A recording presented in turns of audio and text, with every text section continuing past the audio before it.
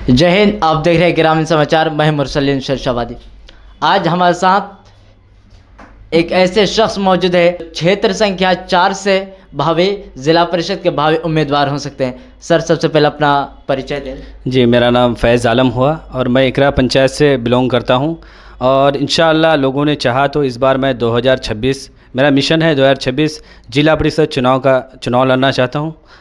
और यहाँ की जो बदहाली है, इन बदहालियों पर जो है मैंने कई मरतबा जिक्र किया और देखा मैं अपने आँखों से।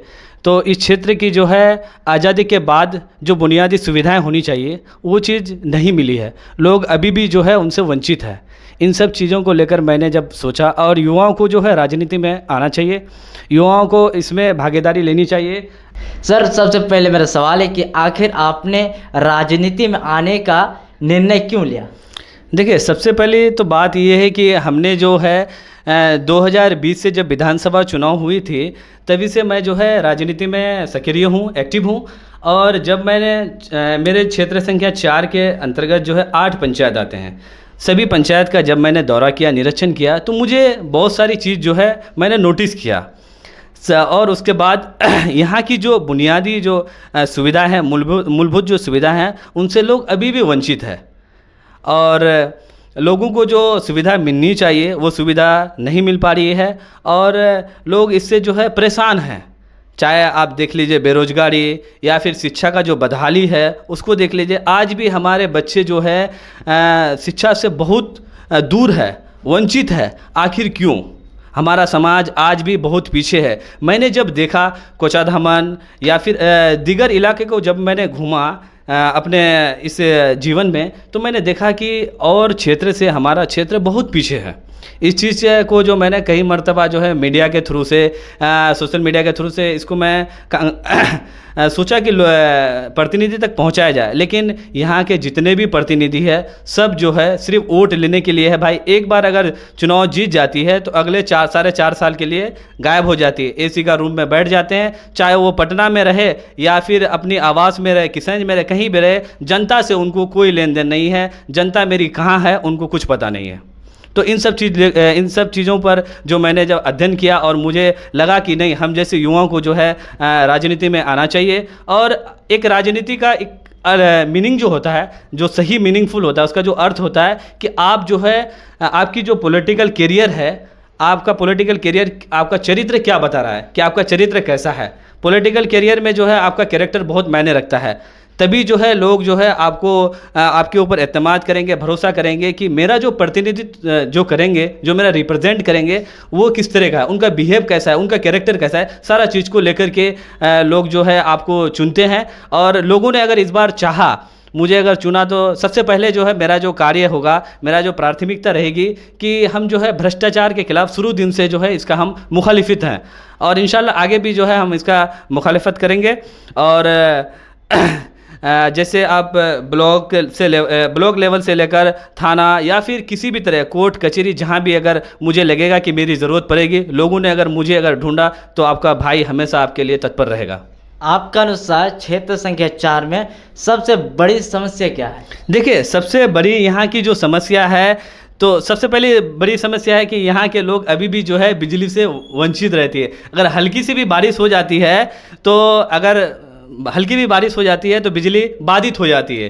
और आखिर क्यों?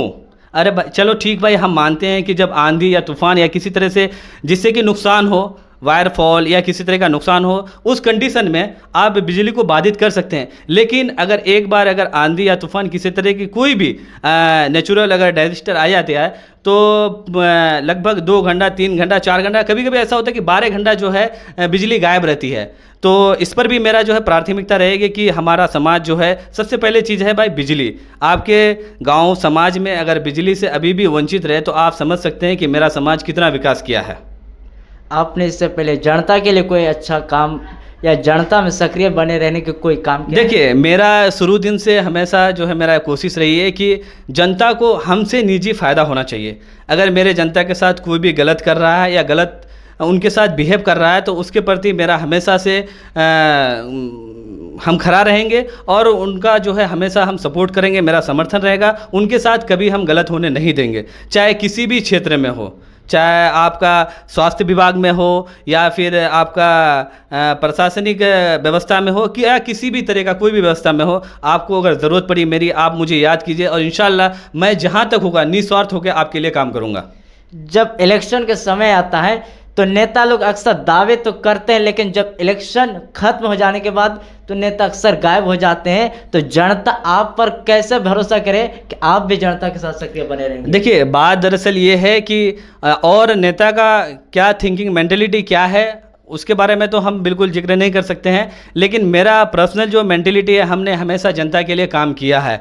ये ज़रूरी नहीं कि हमने सोशल मीडिया में काम नहीं किया है, लेकिन एक होता है जाहिरी, एक होता है बातिनी। मैंने इंटीरियर काम किया है, लोगों के बीच में रहकर जो है हमने काम किया और लोगों को अपने से जो हमेशा जो है फ़ायदा पहुंचाने का काम किया है। और जहाँ तक मेरी अपनी जो कैरियर पॉलिटिकल कैरियर है, मेरी कोई लंबी पॉलिटिकल कैरियर नहीं है, लेकिन जब हमने समाज को अच्छी तरीके से देखा और अध्ययन किया, तब हमको समझ में आया कि हमारा समाज जो है कितना पीछे है। इसके लिए जो है हम सोच रहे हैं कि हम जैसे युवाओं को आकर के जो है हमारे समाज के हित के लिए जैसे भी हो उनको काम करना चाहिए और लोगों के दुख सुख में हमेशा हम हाजिर रहेंगे इंशाल्लाह। और लोगों ने जो है सब पे भरोसा किया और मैं ये रिक्वेस्ट करूंगा, अनुरोध है लोगों से कि एक बार जो है आप मेरे ऊपर भरोसा कीजिए। इंशाल्लाह आपके लिए जो है हमेशा के लिए हम कार्यरत रहेंगे और तत्पर रहेंगे, किसी भी तरह का कोई दिक्कत नहीं होगी इंशाल्लाह। तो और भी जो नेता है या जनप्रतिनिधि गण क्षेत्र संख्या 4 में आप खुद को उन लोगों से कैसे अलग मानते हैं? देखिए, मेरा जो अपना पॉलिटिकल एजेंडा है, मेरा जो राजनीति करने का जो मेरा ये ढांचा है वो अलग है। मैं जो है कभी अपने फ़ायदा के लिए, अपने मुफाद के लिए मैंने कभी नहीं काम किया। मैं हमेशा निस्वार्थ के लिए काम किया, जिससे कि मेरी जनता को हमसे लाभ पहुँचे। और प्रतिनिधि या जितने भी प्रतिनिधि हैं उनकी क्या मानसिकता है, मैं उन पर कुछ टिप्पणी नहीं करना चाहता हूँ। सब लोग अपने अपने स्तर पर मेहनत करें और सबसे मैं ये भी कहूँगा कि भाई आपसे जितना हो सके जनता को फ़ायदा हो और जनता आपका सही यूज करे, सही इस्तेमाल करे, जिससे कि यहाँ की जो है बदहाली और पसमानदगी जो इलाका है वो कैसे दूर हो, इसके बारे में हम लोगों को गहरी सोच करना चाहिए, इस पर अध्ययन करना चाहिए कि जिससे कि हमारा समाज जो है आगे बढ़े। हमारा भी जो है एक अपना जो क्षेत्र संख्या 4 है उसका जो है सोशल मीडिया के थ्रू से या फिर जितने भी प्लेटफॉर्म है उसमें जो है हमारा भी एक अस्तित्व होना चाहिए कि क्षेत्र संख्या 4 में भी कोई प्रतिनिधित्व कर रहा है। जैसे आप देख लीजिए, आपको मैं फैजान जिला परिषद साहब है जो क्षेत्र संख्या 11 से बिलोंग करते हैं, हमारे यहाँ के जो जिला परिषद है रियली में कुछ लोगों को अभी जो है ना 90% लोगों को पता नहीं है कि जिला परिषद का पद क्या होता है और हमारा रिप्रेजेंट कौन कर रहा है अभी भी पता नहीं है। बहुत ऐसे लोग हैं, शिक्षित लोग हैं, बहुत ऐसे शिक्षित लोग हैं जिन लोगों को पता नहीं है। तो मैं ये भी काम करूंगा कि घर घर तक लोगों तक पहुंचेगा, जन जन तक, और लोगों का जो है सही इसका जो इस्तेमाल होता है, इस पद का जो सही इस्तेमाल होता है उसको मैं साझा करूंगा लोगों को और जानकारी दूंगा। आप चुनाव जीतने के होने के बाद जनता से कैसे संपर्क करके उनकी बात सुनेंगे, जनता से किस तरह से जुड़ेंगे? देखिए, जनता से मैं तो एक सोशल मीडिया के माध्यम से सिर्फ नहीं जुड़ना चाहता हूँ, मैं ज़मीनी स्तर का नेता हूँ। मैं ज़मीनी स्तर से लोगों तक संपर्क करना चाहता हूँ कि लोगों की जो है क्या पीड़ा है, पीड़ा को समझना जरूरी है कि यहाँ के लोगों की पीड़ा क्या है, उसको समझ करके मैं जो है अपना जो है उसको समस्या को सुनकर उसका निष्पादन करूँगा और जो भी उचित पहल होगी उस पर मैं कार्य करूँगा। इस वक्त ब्लॉक लेवल पर देखा जाए या कहीं भी देखा जाए तो अक्सर भ्रष्टाचार को लेकर, इस पर आपकी अगर आप जीतते हैं तो आपकी क्या पहल होगी? देखिए, शुरू दिन से जो है हम एंटी करप्शन है भाई, हमको भ्रष्टाचार से शुरू दिन से घिरना है। आज जो ब्लॉक लेवल में, बहुत अच्छा सवाल किया आपने, ब्लॉक लेवल में जिस तरह से जो है भ्रष्टाचार चरम पे है, यहाँ पे एक आदमी अगर 300 रुपया दिन अगर मजदूरी करके कमाता है, अपना मजदूरी दिन भर का पसीना ये करके, और 50,000 60,000 रुपया कमाने वाला अधिकारी जिनका सैलरी होता है गवर्नमेंट की तरफ से, वो जो है रिश्वत लेती है। आज भी मेरा जितने भी प्रतिनिधि है आज भी मौन है, क्यों चुप है? इसका मतलब ये भी है कि यहाँ का जो है प्रतिनिधि मिली भगत है। मैं सबसे पहले कार्य करूँगा, मेरा जो अगला जो मिशन है, ये नहीं कि मैं चुनाव जीतने के बाद, अभी भी जो है मेरा कार्य शुरू हो चुका है। जहाँ भी गलत होगी वहाँ हम गलत नहीं होने देंगे, सच्चाई को कभी हम जो है झुकने नहीं देंगे, चाहे वो ब्लॉक लेवल में हो या थाना लेवल को या फिर कोर्ट कचहरी, कहीं का भी मामला हो, मैं कभी नहीं झुकूँगा। सच्चाई के सामने। आपके पास विकास के लिए, क्षेत्र के विकास के लिए कौन सी योजना है जिसे आप लागू करना चाहते हैं? देखिए, बात ये है कि आपको हम पहले ही बोले कि यहाँ पे जो जिला परिषद का जो पद होता है ना, उस पद को जो है बहुत दुरुपयोग हुआ है। पहली बात ये है, आज तक मैंने जब से पूरा क्षेत्र का जो भ्रमण किया, मुझे कहीं भी नज़र नहीं आया कि जिला परिषद का कोई कार्य हुआ है। ठीक है, ऐसा नहीं है कि जिला परिषद के अंतर्गत योजनाएं नहीं है। लोगों को जो यहाँ गुमराह किया है कि भाई जिला परिषद के अंतर्गत कोई योजना नहीं आती है, ऐसी कोई बात नहीं। हम जैसे युवा जो शिक्षित लोग हैं उनको सारे चीज़ पता है, लेकिन चलो खैर, जो बीत गया। भूतकाल को हमको क्या आप जनता को बताना चाहे कौन सी योजनाएं होगी? देखिए, जैसे आप एक छोटा सा योजना समझ लीजिए, एक शौचालय योजना आती है जिसके अंदर शौचालय वगैरह आती है, या फिर पीसीसी रोड भी आते हैं, लेकिन आज तक जो है हमारा क्षेत्र संख्या 4 में कोई भी शौचालय सही ढंग से नहीं बना। अगर बना भी है तो आप उनका हालात देखिएगा तो बद से बदतर है। उसके बाद जो है यहाँ की जो सड़कें हमने जब देखा, और क्षेत्र में, जिला परिषद क्षेत्र में कि विकास हुआ है, लेकिन हमारा क्षेत्र अभी भी इतना वंचित पीछे है कि जिला परिषद से हमको कोई लाभ नहीं पहुँचा है। और हम ये चीज़ साफ साफ कह देना चाहते हैं कि जिला परिषद में जितने योजनाएं, मैंने रिपोर्टिंग कार्ड तैयार किया है, आप लोग के माध्यम से जो है वो कार्ड को मैं जो है बहुत जल्द जो है सार्वजनिक करूंगा कि जिला परिषद के अंतर्गत क्या क्या योजना आती है और उनका क्या लाभ है। लोगों को बताना मेरा फ़र्ज रहेगा। चुनाव जीतना हारना वो अलग सी बात है, लेकिन लोगों के बीच रह करके लोगों को फ़ायदा पहुँचाना मेरा पहला मोटिव रहेगा।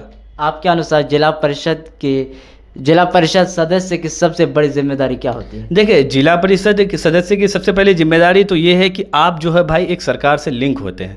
पहला ये, लोग आपको एक जोड़ने का एक माध्यम है कि चलो भाई हमने रिप्रेजेंट करने के लिए आपको सेलेक्ट किया, लेकिन सेलेक्ट करने के बाद जो उम्मीद रहती है, जो हम जैसे चुनाव से पहले जो भी मतलब वादा करते हैं, तो वो वादा रह जाता है।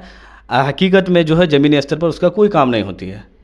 बात ये है। और दरअसल ये है कि जिला परिषद का जो है जिला परिषद का जो पद है, लोगों को हमको नहीं लग रहा है कि 100% लोगों को समझ में आए कि जिला परिषद की क्या कार्य है, और इस पर भी जो है हम काम करेंगे कि जिला परिषद का क्या कार्य है, क्या उनका जो है दायित्व है। वो दायित्व जो है लोगों को मैं सार्वजनिक करूँगा, साझा करूँगा कि उनका क्या दायित्व है। स्वास्थ्य और शिक्षा के क्षेत्र में स्वास्थ्य और शिक्षा क्षेत्र आपके अनुसार सबसे पहला कदम क्या है? क्योंकि यहाँ जो शिक्षा की जो बदहाली है, आप खुद जाकर भ्रमण कर सकते हैं, तो उस पर सबसे पहले क्या कदम? देखिए, सबसे पहली बात है स्वास्थ्य। हमारा हेल्थ इज़ वेल्थ। अगर आपका स्वास्थ्य अगर ठीक नहीं है तो आपके लिए दुनिया में कुछ नहीं है। सबसे पहली बात है कि यहाँ पे जो हमारे जो ग्रामीण जो ये होना चाहिए, पीएचसी होना चाहिए, सामुदायिक केंद्र होना चाहिए स्वास्थ्य। एक आपका ब्लॉक टप्पू में है, जहाँ मैंने आज से पिछले हफ्ता दिन पहले जो है मैंने वहाँ का भ्रमण किया, औचक निरीक्षण किया, तो मैंने देखा कि डॉक्टरों की जो लापरवाही है वो मतलब हद से पार है। मैंने डॉक्टरों से अनुरोध भी किया कि आपका जो ट्रीट है, जो पेशेंट के साथ जो बिहेव है, ये बिल्कुल गलत है, और निम्न स्तर का आपका जो उनका जो भाषा जो रहा निम्न स्तर का रहा। इस तरह का एक शिक्षित और एक डॉक्टर होकर के, चिकित्सक होकर के इस तरह का आप बिहेव और भाषा बिल्कुल मतलब सही नहीं लगा। मैंने उनको कहा कि यहाँ पे जितने भी मरीज आते हैं, सबसे पहले आपका दायित्व है कि उनका जो प्राथमिक जो ये होना ट्रीटमेंट होना चाहिए, वो आपको बिना सोच समझ करके, ये नहीं कि भाई पेशेंट मेरा मरीज तड़प रहा है और आप जो है आप चैम्बर में बैठे हुए हैं और यहाँ यहीं से जो है आप गाइड कर रहे हैं। आप पेशेंट के पास जाएं, उनका सारा चीज़, पूरा बायोडाटा, पूरा जो भी दिक्कत है उनका हिस्ट्री सारा आप कलेक्ट करके उसके बाद मेडिसिन चलाइए,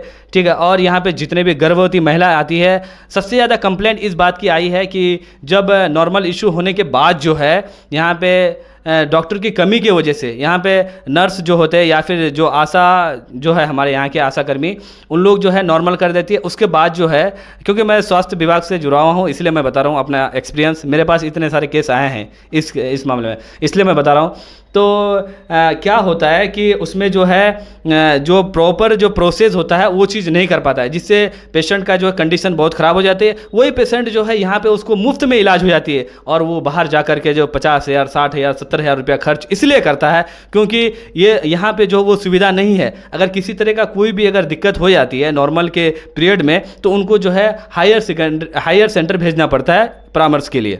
तो मैं चाहूँगा कि इन सब जो सुविधाएं हैं, कम से कम जो मौलिक सुविधाएं इनको मैं उपलब्ध कराने का कार्य करूँगा।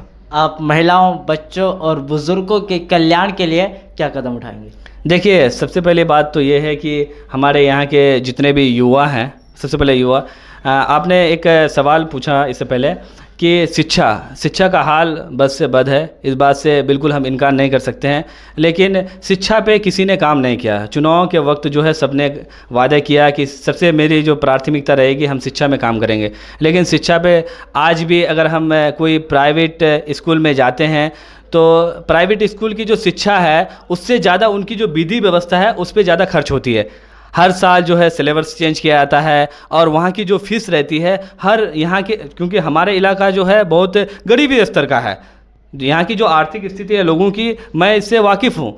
तो प्राइवेट स्कूल में नहीं अफोर्ड कर पाते हैं तो वो गवर्नमेंट स्कूल, सरकारी जो संस्था है उसमें जो है बच्चे को भेजते हैं पढ़ने के लिए, लेकिन उस तरह का शिक्षा नहीं मिल पाती है और शिक्षा नहीं मिल पाती है। तो इसलिए जो है मैं कहूँगा कि भाई आप जो प्राइवेट सेंटर वाले जितने भी हैं, ठीक है, आप जो है सबसे पहले जो आपकी जो फ़ीस है, कम से कम जितने गरीब लोग हैं, जितने गरीब बच्चे हैं, उनको कुछ ना कुछ कंसेशन कीजिए, डिस्काउंट कीजिए। ये मेरा आपसे रिक्वेस्ट है। बाकी गवर्नमेंट स्कूल जो है, सरकारी स्कूल है, वहाँ की जो पढ़ाई लिखाई है वो उससे तो लोग बिल्कुल उफ़ हो चुके हैं। मजबूरी में जो है लोग जो है प्राइवेट गवर्नमेंट स्कूल में भेजते हैं। लेकिन यहाँ की जो सरकार है वो हमेशा बोलते हैं कि भाई अपने बच्चों को आप जो है गवर्नमेंट स्कूल में क्यों नहीं भेजते हैं। मैं सरकार से कहना चाहता हूँ कि आपकी गवर्नमेंट स्कूल की जो शिक्षा व्यवस्था है वो हमेशा जो है चुनाव कराने में या जनगणना कराने में, यही सब चीज़ में जो है पूरे जो है पीरियड चला जाता है और बच्चे का जो भविष्य जो है वो बिल्कुल नर्क में चला जाता है, नहीं बन पाता है। इसलिए जो हमारा क्षेत्र आज भी पीछे है।